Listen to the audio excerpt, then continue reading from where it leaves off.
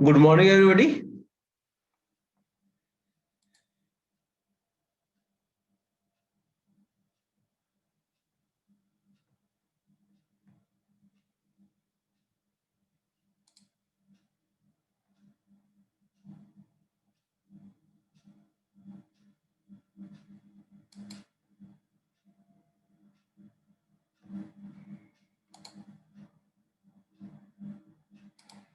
हम लोगों ने प्रिम्स एल्गोरिथम के बारे में बात कर ली थी। आई होप वो आपको समझ में आ गई होगी। ऋषभ, यस सर, पहले मिनिमम वाले की स्पैनिंग करते हैं इसमें। उस समझ में आई थी बेटा? Yes sir. क्योंकि एमएसटी आपकी एक निकालनी आ सकती है, चाहे प्रिम्स से आए चाहे क्रुस्कल से आए। अच्छा, प्रिम्स और क्रुस्कल में क्या अंतर है, या अगर देखा जाए तो इससे पहले हम लोगों ने डीएफएस और बीएफएस पढ़ा। डीएफएस और बीएफएस में क्या अंतर है, अंतर भी हम लोगों को मालूम होना चाहिए। और जो प्रॉपर्टीज हैं एल्गोरिथम्स की, वो भी हमको मालूम होनी चाहिए। तो ये सब चीजें आ सकती हैं, क्योंकि एज अ थ्योरेटिकल पेपर जो होना है, तो उसमें इस तरह की चीजें आपसे पूछी जा सकती हैं। ठीक है ना बेटा? तो अब थोड़ा सा एग्जामिनेशन पॉइंट ऑफ व्यू से भी पढ़ लेंगे कि किस तरीके से एग्जामिनेशन में चीजें हम लोगों से पूछी जा सकती हैं।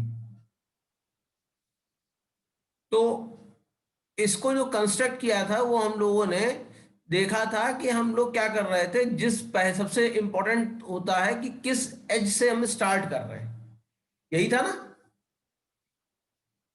कि हमको मालूम हो कि हमारी जो है स्टार्टिंग वर्टेक्स कौन सी है, और जब वो हमको मालूम हो जाएगी, तब फिर वहां से हम देखेंगे कि कौन सा ऑप्टिमल लोकेशन हमको मिल रही है। यही तो कर रहे थे भाई, हम लोग यही सब तो कर रहे थे कि जो करंट लोकेशन थी, उससे अगर जितने भी पाथ मिल रहे थे, उसमें से बेस्ट या मिनिमल पाथ जो वेट के साथ था, हम उसी तरफ तो आगे बढ़ रहे थे। तो इसीलिए एल्गोरिथम ग्रीडी थी। अगर मान लीजिए आपसे एक सवाल पूछा जाता है, why Prim's algorithm is set greedy algorithm, तो ग्रीडी का मतलब क्या है? We does not want to see holistic optimum, we say see local optimum. Local optimum और होलिस्टिक ऑप्टिमम में अंतर क्या होता है, ये आपको मालूम है ना? होलिस्टिक में क्या करेंगे, पूरे ग्राफ को कंसीडर करेंगे, और लोकल ऑप्टिमम में हम क्या करेंगे, जो करंट लोकेशन होगी वहां से हमारी क्या ऑप्टिमम लोकेशन है, क्या ऑप्टिमम चीजें पड़ सकती हैं, उसको कंसीडर करेंगे। ये क्लियर था ना बेटा?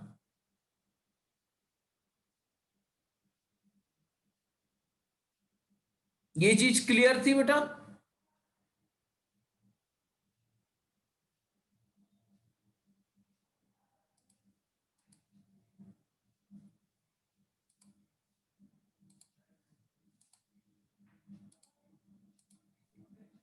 तो अब आज हमको क्रुस्कल एल्गोरिथम पढ़नी है। क्रुस्कल एल्गोरिथम भी किस लिए यूज होती है? For finding minimum spanning tree. अब क्रुस्कल एल्गोरिथम में क्या होता है?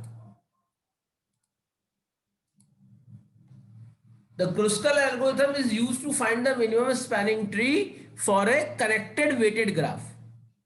The algorithm aims to find a subset of the edge that forms a tree that include every vertex. यानी यहां पे कंडीशन क्या है कि ग्राफ में जितने भी वर्टिसेस हैं, सारे वर्टिसेस को हमको इंक्लूड करना है। इतना क्लियर है? इसमें कोई दिक्कत तो नहीं? क्योंकि मिनिमम स्पैनिंग ट्री का मतलब ही ये होता है कि एक ऐसा पॉइंट जहां से सारे वर्टिसेस आपके रीचेबल हो या कनेक्टेड हो। कनेक्टिविटी से मतलब समझ रहे हैं आप?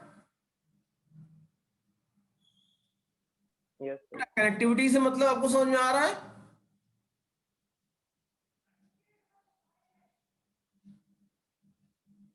ऋषभ, तो इसमें प्रेम्स की तरह ही कर रहे हैं, प्रेम्स की तरह ही कर रहे हैं थोड़ा बहुत, मगर ये देखो प्रिम्स में भी जब एमएसटी निकालेंगे तो मिनिमम स्पैनिंग ट्री का मतलब ये हो गया कि हमको करना क्या है कि हमको सारे नोड को कनेक्ट करना है। स्पैनिंग ट्री क्या हुई, सारे नोड कनेक्टेड होने चाहिए, ठीक है, इतना तो क्लियर है। यस सर, उसमें पहले मिनिमम हम वर्ड जो आगे लग इंडिपेंडेंट गया, कर रहे थे या और मिनिमम इसमें वर्ड सिर्फ लगने से टू क्या हुआ, टू मिनिमम फाइव। वर्ड से लगने से ये हुआ कि जितनी भी स्पैनिंग ट्री बनेंगी उसमें से जिसका वेट सबसे कम होगा, टोटल वेट जिसका कम होगा, वो हमारी मिनिमम स्पैनिंग ट्री होगी। ये भी क्लियर हो गया भाई, ये भी क्लियर हो गया ना। जी सर। तो जो नॉर्मल सी चीज है वो ये है कि ये एल्गोरिथम क्या टारगेट ले रही है, ये टारगेट कर रही है कि सारे सबसेट्स हमको पता चल जाए जो कि या तो ट्री फॉर्म कर रहे हो। अगर मान लो कोई ग्राफ कनेक्टेड नहीं है तो आपका ट्री नहीं बनेगी, तब आपकी दो अलग अलग ट्री बनेंगी। जब दो ट्री अलग अलग बनेंगी तो हम उसको फॉरेस्ट कह सकते हैं। मान लो एक से ज्यादा कनेक्टिविटी नहीं है तो एक से ज्यादा मतलब ट्रीज बनेंगी, तो उसको हम फॉरेस्ट कर देंगे। तो या तो ये ट्री निकालेगा और उस ट्री में जितना भी टोटल वेट होगा सारे एजेस का, वो मिनिमम होगा। अगर आप कैलकुलेट करेंगे तो वो मिनिमम हो गया, यानी मिनिमम स्पैनिंग ट्री को निकालने के लिए ही क्रुस्कल एल्गोरिथम का इस्तेमाल करते हैं। लेकिन अगर कहीं कनेक्टिविटी ब्रेक हो रही है, कहीं कट वर्टेक्स से वो कनेक्टिविटी नहीं बन रही है, भाई कट वर्टेक्स क्या होता है, जिस वर्टेक्स को आप काट दीजिए तो दो मतलब दो पॉइंट्स, दो वर्टेक्स आपस में कनेक्ट नहीं होंगे। अगर कोई नॉन कनेक्टिविटी कहीं पे आ रही है, मतलब if the graph is not connected, then it will find a minimum spanning forest। आपसे पूछा जा सकता है what is a reason, या when the Kruskal algorithm doesn't give you minimum spanning tree, when it give you spanning forest, minimum spanning forest। तो आपको का जवाब क्या होगा कि normally Kruskal algorithm is used to find minimum spanning tree for a connected weighted graph। However, if the graph is not connected, then it will find a minimum spanning forest, and forest is consist of more than one tree। Clear है भाई इतनी बात? Yes sir.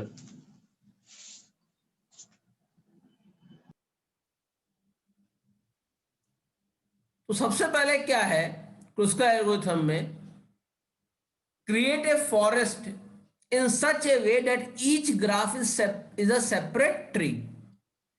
यानी जितने भी आपके vertex हैं उनको आप कलेक्ट कर लीजिए एक जगह पे, जिससे कि वो आपको लगे कि सेपरेट ट्री को रिप्रेजेंट कर रहे हैं। इतना क्लियर है? Yes sir. Now we have to create a priority queue. अब प्रायोरिटी क्यू क्या होती है कि इसमें ऑपरेशन तो एफसीएफएस में होता है, फर्स्ट कम फर्स्ट सर्व में, बट एक प्रायोरिटी लगी होती है कि जिसका वेट कम होगा या जिसका वेट ज्यादा होगा वो आगे पीछे हो जाएगा। ऐसा जो है प्रायोरिटी लगी होती है, ठीक है बेटा। तो इसीलिए हम लोग प्रायोरिटी क्यू कह रहे हैं इसको, इसीलिए हम लोग इसको प्रायोरिटी क्यू कह रहे हैं, that contain all the edges of the graph. अब हमें तब तक के चौथा और पांचवा स्टेप रिपीट करना है जब तक हमारी प्रायोरिटी क्यू जो क्यू है वो एम्प्टी ना हो जाए।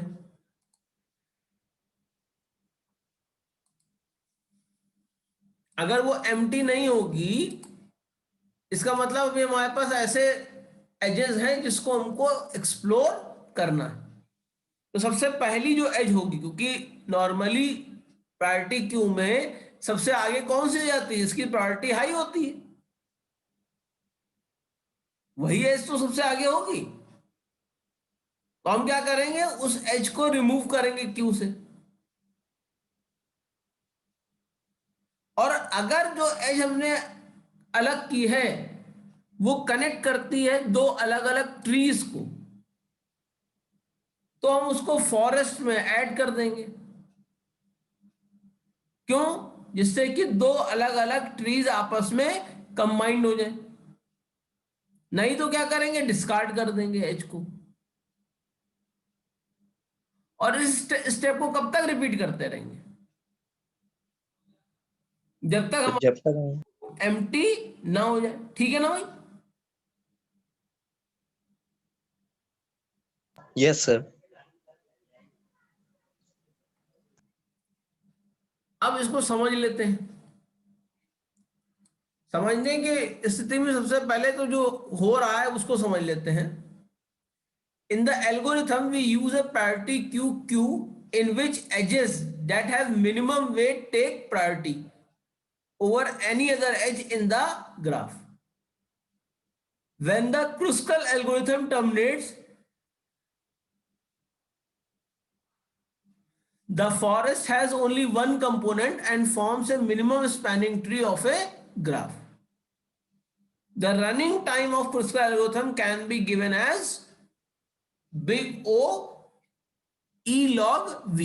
ये तो वैसे ही होगा जो प्रिम्स का था, क्योंकि सारे एजेस और सारे वर्टिसेस को हमको कनेक्ट करना है।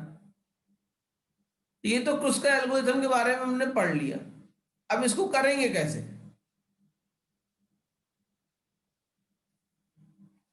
सपोज हमको क्रुस्कल एल्गोरिथम इस ग्राफ पर करनी थी।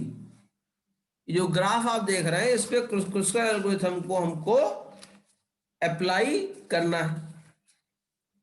अब हम अप्लाई करने जा रहे हैं, तो सबसे पहले हम क्या कर लेते हैं, हम पहले ग्राफ को बना लेते हैं। तो ग्राफ को बनाने के लिए आप ग्राफ को बना लीजिए, क्योंकि हर स्लाइड पे ग्राफ तो रहेगा नहीं। अच्छे समझने के लिए आप ग्राफ को बना लीजिए, उसका वेट लिख लीजिए।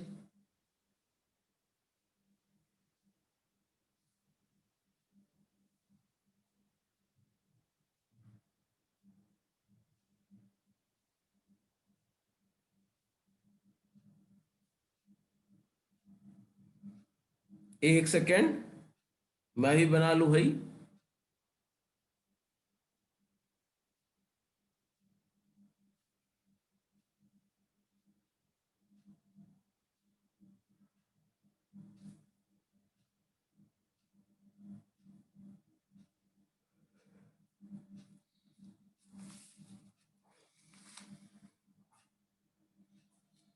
तो ये हमने पूरा ग्राफ ड्रॉ कर लिया है।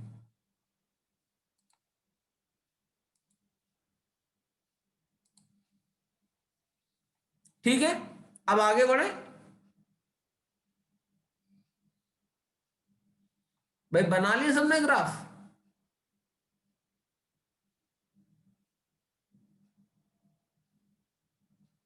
जी सर।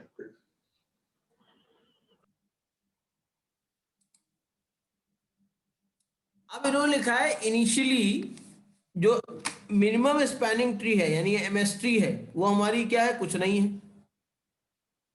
और हमारे पास जो फॉरेस्ट है एफ, वो क्या है, सारी एजेस होंगी। एक ए है, एक बी है, फिर एक सी है, फिर एक डी है। और जितने भी एजेस हैं वो सारी हमारी, अभी हम ये मान के चल रहे हैं, कनेक्टेड नहीं है।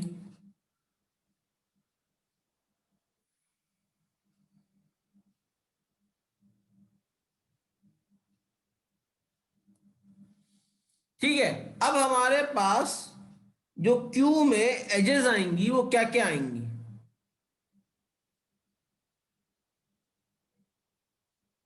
सबसे छोटी एज क्या है, A to D। भाई अगर यस सर। से शुरू कर रहे हैं तो सबसे छोटी क्या है? A to D। Yes sir, 1 weight है इसका। उसके बाद क्या है?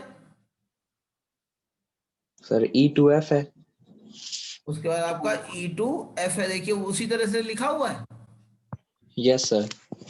और फिर C to E है। Yes sir. फिर C to E के बाद क्या है? E to D है। तो अगर आप देख रहे होंगे तो कोई ये केवल वेट पे चल रहा है। प्रायोरिटी यहाँ पे क्या है? वेट है। फिर क्या है? CD। CD है। और फिर क्या है? D और F।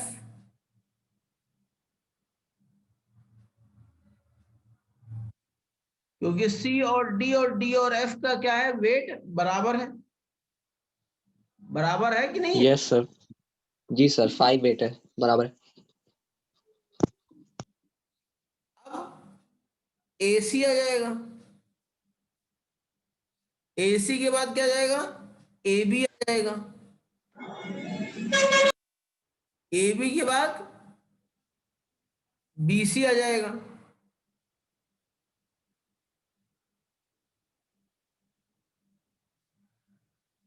तो टोटल आपके पास क्यूज आ गई सारी। तो अब मिनिमम स्पैनिंग ट्री के लिए सबसे पहली जो एज है उसको हम रिमूव करेंगे। तो हमारी सबसे पहली एज फॉरेस्ट में से जो रिमूव होगी, फॉरेस्ट में जो आ जाएगी, एफ में जो आ जाएगी, वो आएगी A कॉमा डी। यानी A कॉमा डी क्या है? कनेक्टेड है। Yes sir. यानी A और D क्या है? कनेक्टेड है। तो F क्या हो जाएगा? F के अंदर, कनेक्टिविटी के अंदर A और D हमारे पास आ जाएगा। और बाकी B, C और E,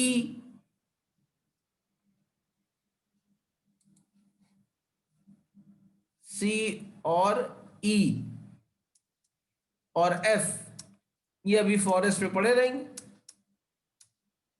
ठीक है। तो मिनिमम स्पैनिंग ट्री में अभी हमने क्या ऐड किया? सबसे पहली चीज जो क्यू में थी, क्यू में क्या थी? A कॉमा D, यही तो थी। अब हमारी क्यू क्या बन जाएगी?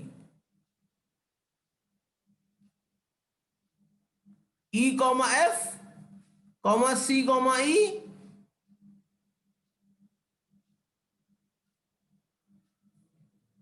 कॉमा E कॉमा D, ऐसे तो बनेगी। Yes sir. भाई ये क्यू क्लियर है? ये क्यू क्लियर है बेटा? यस सर, सिर्फ A और D रिमूव कर दिया सर। हाँ। क्लियर है और सर। जब AD रिमूव किया तो A और D की कनेक्टिविटी भी है। आप देख रहे हो जब A और D की कनेक्टिविटी है तो हमने जो फॉरेस्ट था, फॉरेस्ट में क्या था? Non connecting. लेकिन जब A और D की कनेक्टिविटी हमको पता लग गई तो अब वो क्या हो गई? कनेक्टिंग हो गई। हो गई कि नहीं हो गई? Yes sir.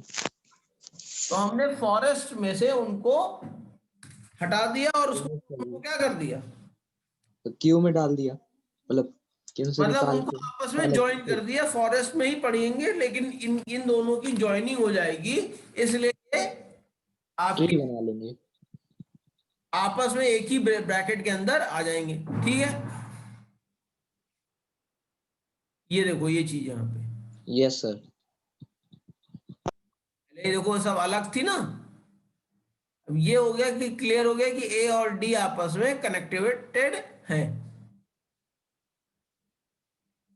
अब हम क्या करेंगे? अब जो अगली हमारे पास एज है ई और एफ, उसको क्यू से हटाएंगे। जब क्यू से हटाएंगे तो फॉरेस्ट में अब क्या हो गया? चेंजेस कुछ आएंगे कि नहीं आएंगे? Yes sir. हमारा डी कनेक्टेड है यस सर। लेकिन बी का भी कोई कनेक्शन नहीं पता लगा। और सी का भी कोई कनेक्शन नहीं पता लगा, और उधर ई और एफ भी आपस में कनेक्टेड हो गए। हो गए कि नहीं हो गए? तो अब हमारी मिनिमम स्पैनिंग ट्री क्या हो जाएगी? ए और डी हो जाएगी,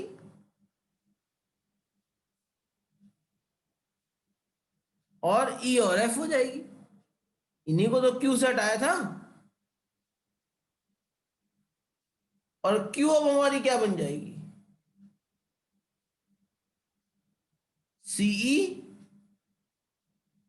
comma E comma D comma C D comma D F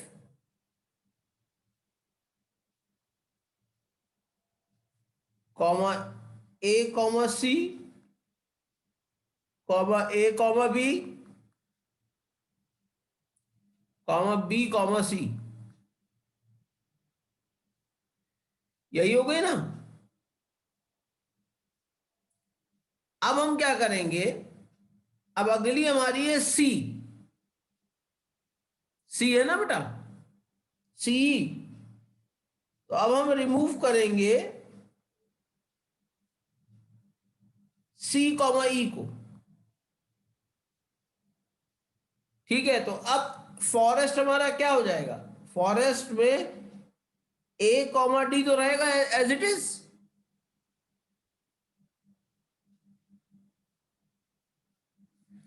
भाई ए कॉमा डी तो एज इट इज रहेगा ना? Yes sir. अब बी अभी भी कहीं से कनेक्टेड नहीं दिखाई दे रहा है, लेकिन सी को लेने की वजह से अब ये हमको मानूंगे सी और ई आपस में कनेक्टेड है, और ई एफ से कनेक्टेड है। ये तो क्लियर हो गया ना? तो C comma E comma F,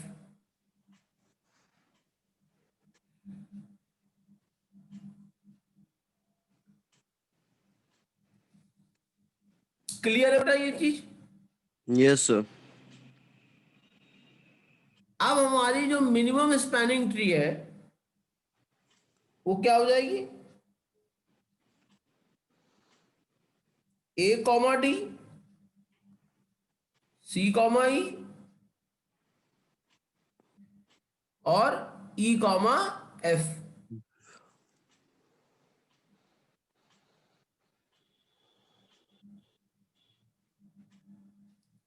और Q हमारी क्या हो जाएगी? अब हमारी Q आगे बढ़ जाएगी, और अब हमारी Q ED से रह जाएगी, E कॉमा डी से। यही रह जाएगी ना बेटा? Yes yes sir. सर। यहां तक क्लियर है हर्षदीप? हर्षप्रीत? हर्षप्रीत नहीं है क्या आज? है तो क्लियर है बेटा? हेलो बेटा, आवाज आ रही है? हर्षप्रीत?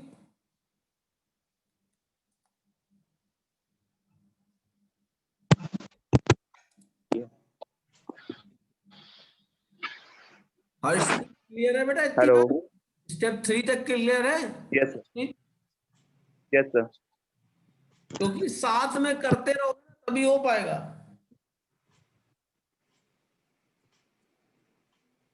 क्लियर है बेटा इतना?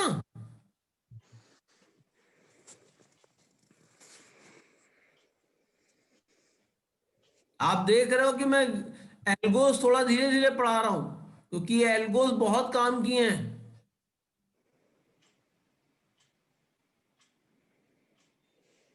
मैं ये नहीं चाहता कि आप ये इसमें सिली मिस्टेक्स कर दीजिए और ये आपके पूरे नंबर जो मिलने वाले हैं वो नंबर कट जाए। तो यहां यस सर, क्लियर ये हो गया? बहुत ज्यादा थोड़ी सी टफ है एल्गोरिदम इसकी। नहीं, कोई टफ नहीं है। देखो, हमको अगर हमारे चीजें क्लियर होंगी, करना क्या है, एम क्या है, तो भाई क्यू में से एक एक चीजें निकालते चले जा रहे हैं। फॉरेस्ट में देख रहे हैं कनेक्टिविटी हो रही है कि नहीं हो रही।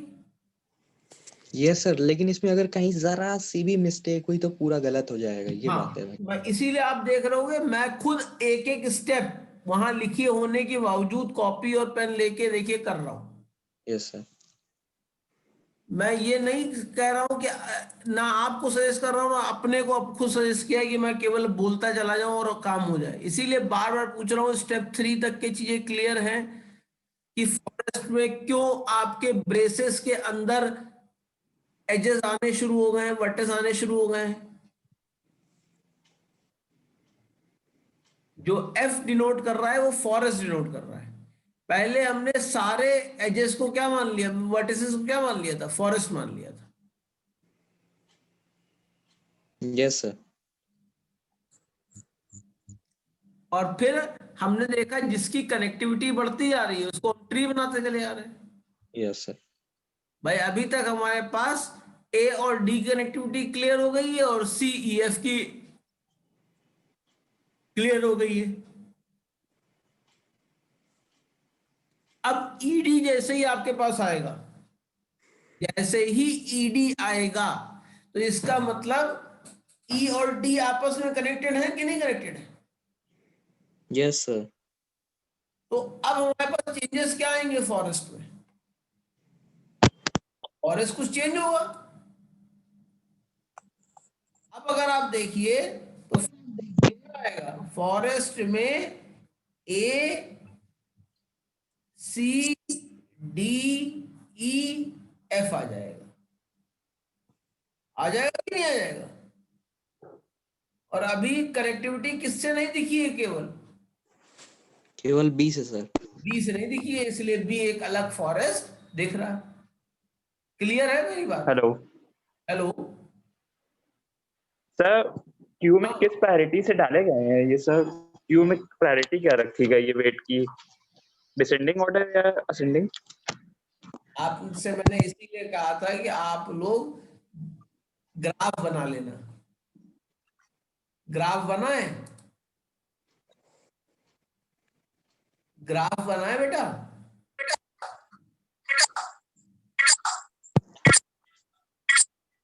ग्राफ बनाए बेटा।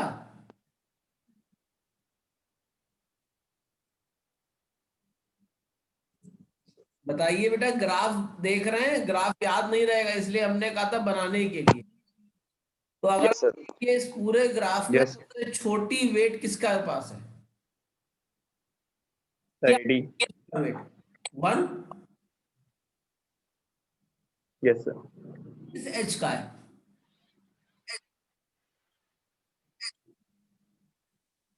किस एच का है बेटा,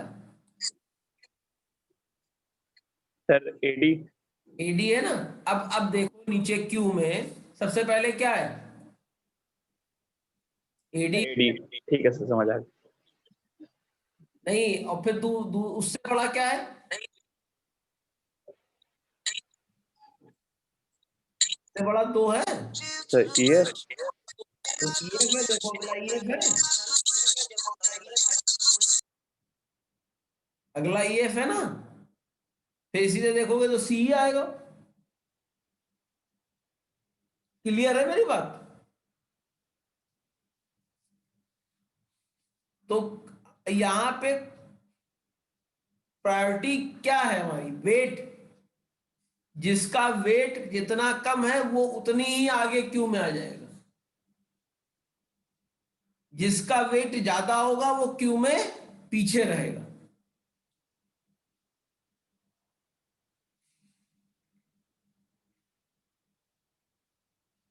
क्लियर है बेटा इतनी बात।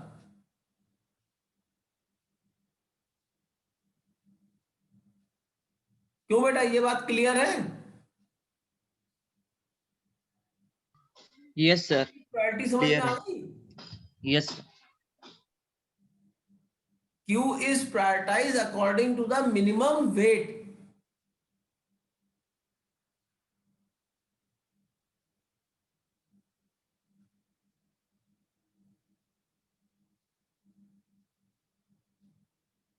आगे बढ़े बेटा। यस सर, ये यस सर।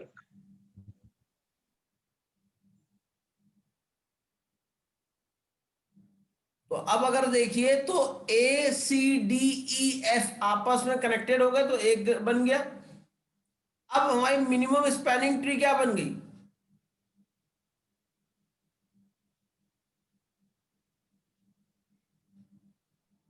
ए comma D comma C comma E comma F comma E D, यही तो बन गई। Yes sir. अब क्यू में क्या है? सबसे पहला क्यू क्या है? सी और डी।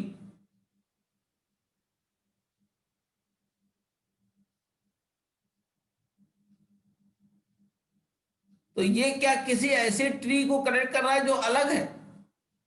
No sir. तो इसको डिस्कार्ड कर दीजिए।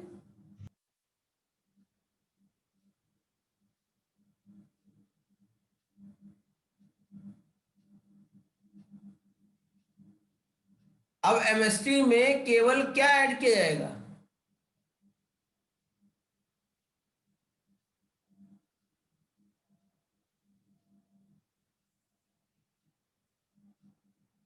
अब एमएसटी में केवल क्या ऐड किया जाएगा? अब हमारे पास कौन सी जो है ट्री कनेक्टेड नहीं है? सर बी है जो कनेक्टेड नहीं है। जब तक बी कनेक्टेड नहीं होगी तब तक यस हम सर। चलते रहेंगे। Yes sir. Removing edge DF, अब डीएफ हटाया वहां से,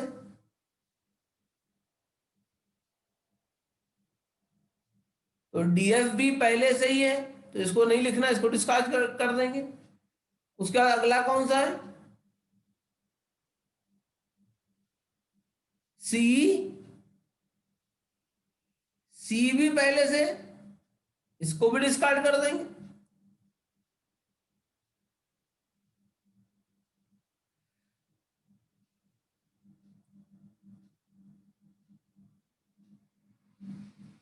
क्लियर है बेटा मेरी बात?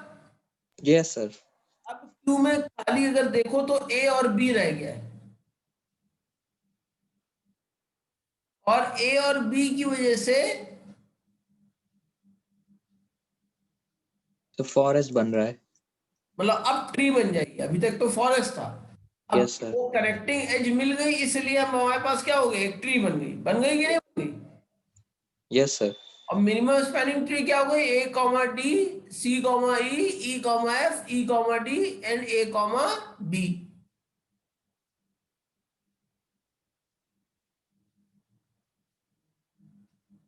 क्लियर है बेटा?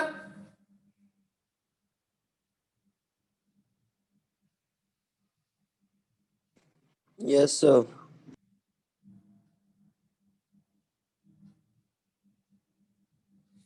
आगे बढ़ू? Yes sir. अब हमारे पास क्रुस्कल एल्गोरिथम यही तो आएगी।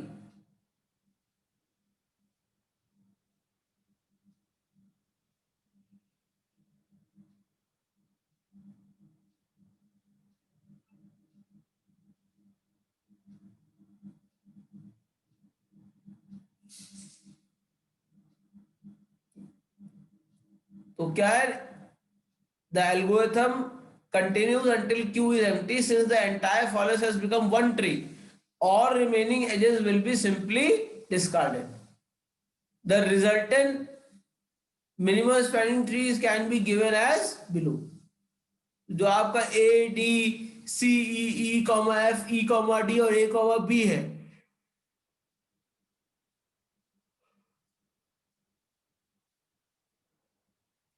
वो हमारे सारे एजेस को कर रहा है कि नहीं कर रहा है?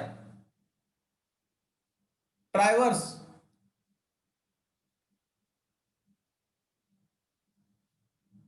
Yes sir. तो चीजें क्लियर हुई भाई?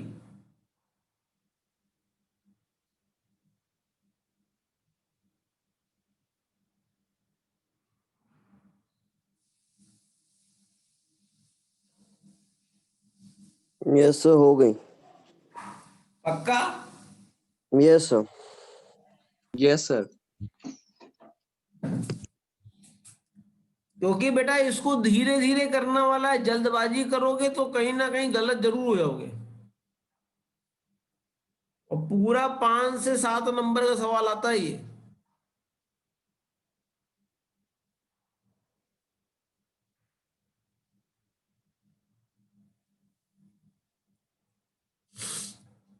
अब जो एल्गोरिथम हम लोग पढ़ेंगे वो डिजेक्स्ट्रा एल्गोरिथम है।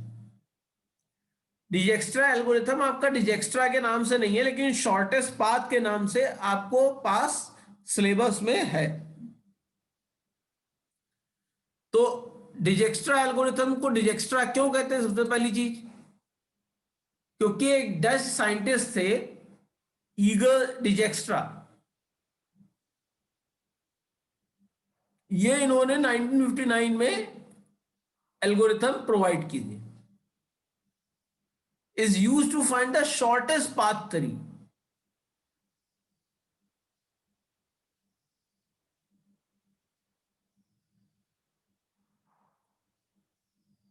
और बेसिकली इस एल्गोरिथम को यूज करते हैं कुछ राउटिंग, मतलब नेटवर्क में जो आपका कम्युनिकेशन होता है उसमें एक राउटिंग प्रोटोकॉल यूज होता है।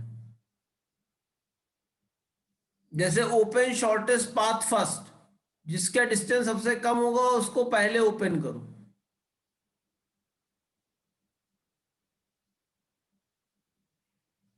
जैसे आप ही है, घर का कोई सामान ले जाइए,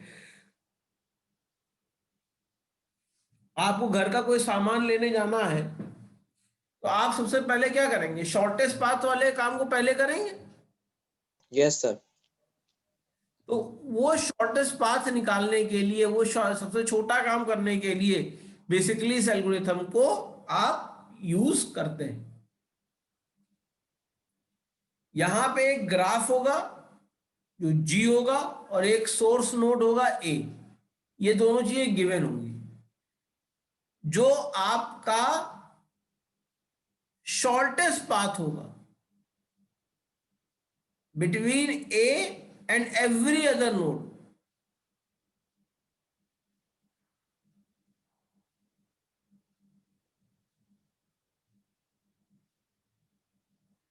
तो जो शॉर्टेस्ट पाथ है वो शॉर्टेस्ट पाथ का मतलब क्या हो गया? उसकी सबसे लोएस्ट कॉस्ट होगी। It is between A and every other node. इसके अलावा डिजक्स्ट्रा एल्गोरिथम का यूज हम इसलिए भी करते हैं for finding the cost of the shortest path from source node to destination node. मतलब एक नोड से जो सोर्स नोड होगा वहां से डेस्टिनेशन नोड तक के हम लोग शॉर्टेस्ट पाथ निकालने का कोशिश करते हैं। तो इस एल्गोरिथम को अगले क्लास में पढ़ेंगे, मोस्ट प्रॉब्ली ऑन मंडे, ठीक है। और सैटरडे को we are planning to schedule the tute class, जो आपका ट्यूसडे और फ्राइडे का, वो थर्सडे का किसी कारणवश नहीं हो पाया था, ठीक है। तो सेकंड उसको yes sir. Yes sir. Okay sir. Second half में रख लेंगे। और मोस्ट प्रॉब्ली हम लोग सोचते हैं डिजेक्स्ट्रा एल्गोरिथम को ही आगे कंटिन्यू कर लेंगे, कि पहले एक बार सारी चीजें खत्म हो जाए। और आज मैं आपको ट्यूट 4 भी शेयर कर दूंगा, और 11:45 तक के आपके पास सरप्राइज भी आ जाएगी 12वीं वाली, ओके सर। तो उसको कर लीजिएगा। क्योंकि इसके बाद हम लोग जो सरप्राइज लेंगे वो अब पेन कॉपी वाली होगी। थोड़ी सी प्रैक्टिस हो जाए क्वेश्चंस की, चाहे क्रुस्कल हो, चाहे डिजेक्स्ट्रा हो, चाहे आपकी प्रिम्स हो, यस सर। की संभावनाएं कम हो जाए। Okay sir. अच्छा, एक अनऑफिशियल बात कह रहा हूं, इसमें कोई मुझसे ये नहीं पूछेगा कि क्यों करना है, ओके सर। ठीक है। जब आप अपना एग्जामिनेशन करेंगे तो हर क्वेश्चन के एंड के बाद ये कहीं स्प्रेड भी बात ना करिएगा, ये अनऑफिशियली बता रहा हूं, एक सेकंड रुक जाओ।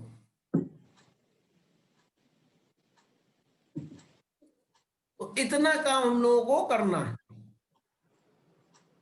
ठीक है। क्यों ओके करना है फिर कभी बाद में बता दूंगा क्यों करना है।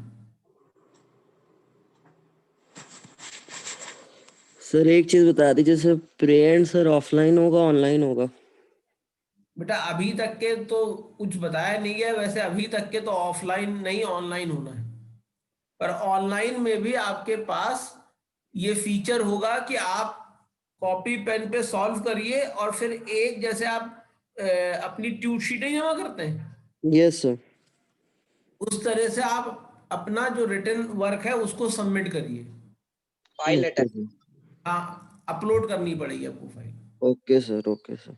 तो उस पे अपना रोल नंबर और नाम यस सर। शीट पे जैसे आप लोग जो है उसमें करते हो ट्यूट शीट पे सर। पे, उसी तरह आपको उसको करके ओपन करना पड़ेगा। Okay thank you. यही कल मैं बताने की कोशिश कर रहा था, आपके प्री एंड के भी 3 फॉर्मेट बने हैं। एक फॉर्मेट में सारे एमसीक्यू हैं, यस सर। एक फॉर्मेट में आपके 3 सेक्शन हैं जिसमें पहले 2 सेक्शन आपके एमसीक्यू और डबल चॉइस आंसर या multi more than one correct answer वाले हैं, और यस सर। आखिरी सेक्शन होगा उसमें एनालिटिकल या क्वेश्चन न्यूमेरिकल टाइप का हो जाएगा। ये दूसरा फॉर्मेट है। तो तीसरा फॉर्मेट आएगा उसमें 30 नंबर का 30 मार्क्स के आपके थ्योरेटिकल क्वेश्चन आएंगे। Okay sir. तो ये पूरा स्ट्रक्चर है। आई होप आपके कोर्स कोऑर्डिनेटर ने आपको बताया होगा, नो सर। लगता है आगे बता दें, ठीक है ना। तो हम बेसिकली फिलहाल कुछ प्रैक्टिस में आपको ये क्रुस्कल और प्रिम्स और डिजेक्स्ट्रा के सवाल उससे करा देंगे जिससे कि आपकी प्रैक्टिस हो जाए। Yes sir. Hello sir. हाँ बेटा।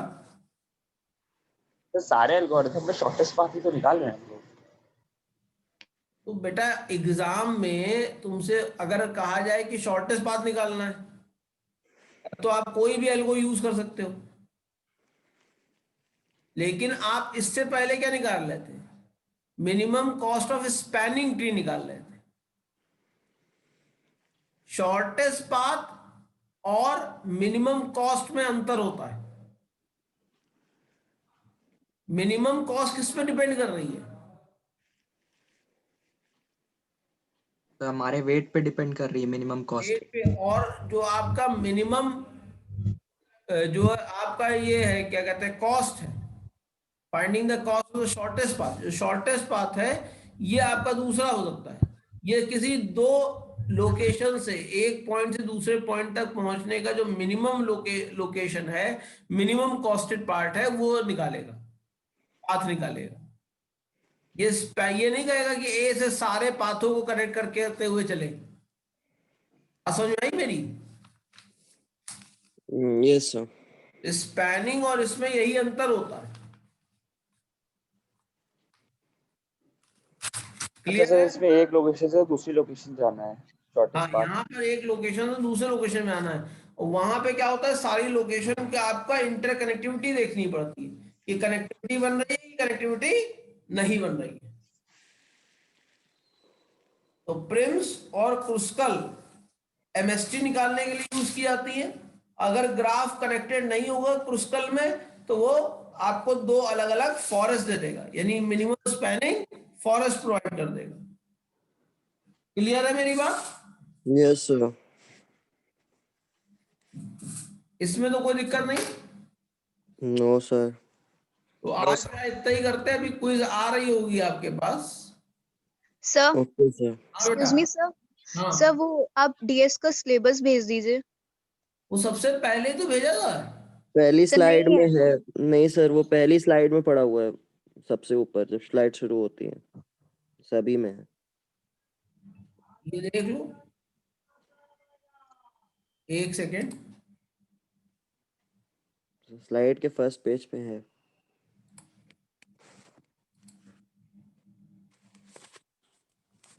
हम लोगों ने क्या किया था, हमने इसीलिए आप लोगों को दे दिया था कि पहले ही हम लोग जो है उसी हिसाब से देखेंगे, क्योंकि हमारा सिलेबस, और ये देखो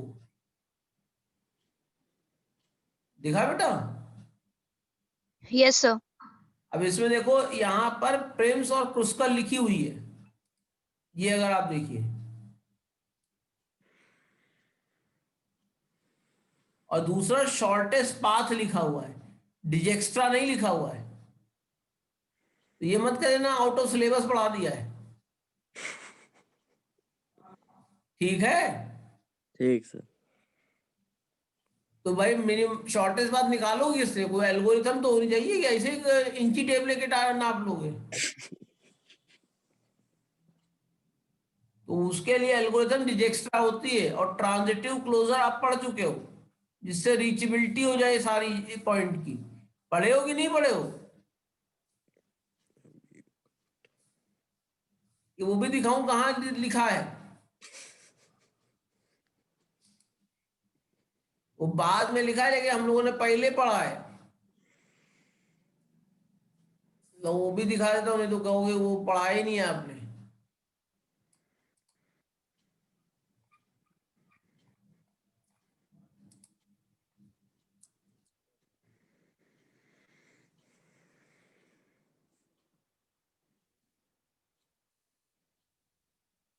डीएफएस खत्म हुआ।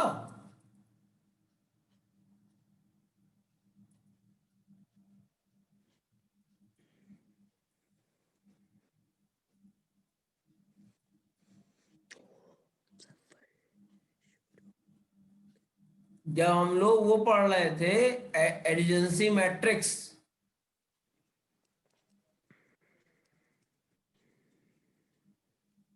ये दिखाई पड़ा ट्रांजिटिव क्लोजर।